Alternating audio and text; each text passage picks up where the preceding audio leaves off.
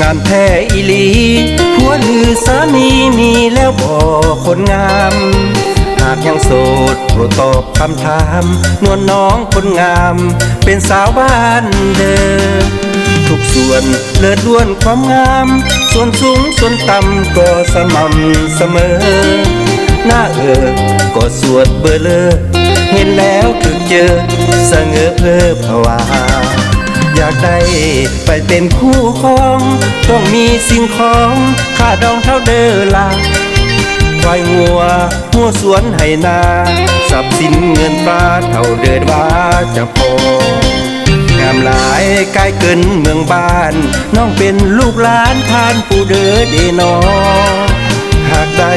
น้องไปห่วมหออีแม่อีพ่อคงพอเจอ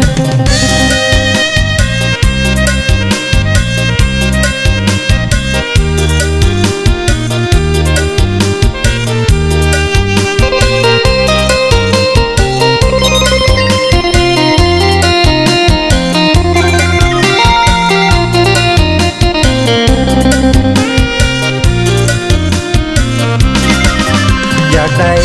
ไปเป็นคู่ครองต้องมีสิ่งของค่าดองเท่าเดิมละควายงัวหัวสวนไหนาทรัพย์สินเงินฟ้าเท่าเดิมว่าจะพองามหลายกายเกินเมืองบ้านน้องเป็นลูกหลานทานผู้เดินเดนอหากได้น้องไปห่วมหออีแม่อีพ่อคงพอเจอ